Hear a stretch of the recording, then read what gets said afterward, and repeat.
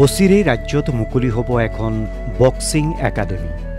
অসমৰ বিভিন্ন প্ৰান্তত সুপ্ত হৈ থকা প্ৰতিভাসমূহক এখন মঞ্চ দিয়াৰ লক্ষ্যৰে আৰম্ভ হ'ব এই বক্সিং একাডেমি।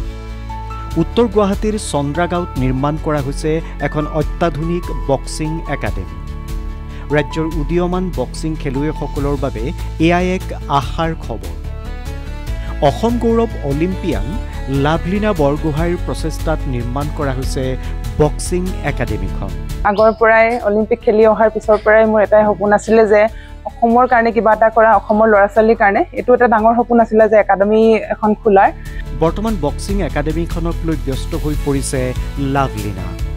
উল্লেখযোগ্য যে এই অত্যাধুনিক বক্সিং একাডেমিখনৰ বাবে পাটিয়ালাৰ পৰা অনা হৈছে সামগ্ৰী। অহা 25 মে'ত আনুষ্ঠানিকভাৱে মুকলি কৰা হ'ব এই একাডেমিখন। যিহেতু মই নৰ্থ গুৱাহাটীতে ইয়াৰ প্ৰথম কিবা এটা ষ্টাৰ্ট কৰিছোঁ, এই একাডেমিটো প্ৰথম ষ্টাৰ্ট কৰিছোঁ আৰু এইটো 25 তাৰিখে ইনগ্ৰেশ্যন কৰিম বুলি এতিয়ালৈকে ভবা হৈছে। আৰু ইয়াত যিহেতু সৰু ল'ৰা ছোৱালীবোৰ যিসকলে বক্সিঙত কৰিব বিচাৰে, স্পৰ্টছত তেওঁলোকে ভাল কৰিব বিচাৰে, তেওঁলোকৰ কাৰণে কৰা হৈছে। ইয়াত মই একেবাৰে কম যাতে তেওঁলোকৰ খৰচাত ইয়াত হ'ব পাৰে সেইটোৰ কথা মই চিন্তা কৰিছোঁ। কাৰণ মই জানো একেবাৰে গাঁৱৰ ল'ৰা ছোৱালীবোৰৰ বহুত টেলেণ্ট আছে, তেওঁলোকক যদি মই উলিয়াই নিব পাৰোঁ মোৰ বাবে মোৰ এটা ডাঙৰ সপোন পূৰা হ'ব। উত্তৰ গুৱাহাটীৰ পিছত অসমৰ বিভিন্ন স্থানত মুকলি কৰা হ'ব লাভলীনা বক্সিং একাডেমি।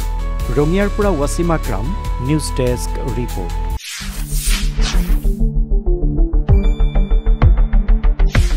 শুদ্ধ আৰু বিস্তৃত বাতৰিৰ বাবে আহি আছে নিউজ ডেস্ক ৰিপৰ্ট।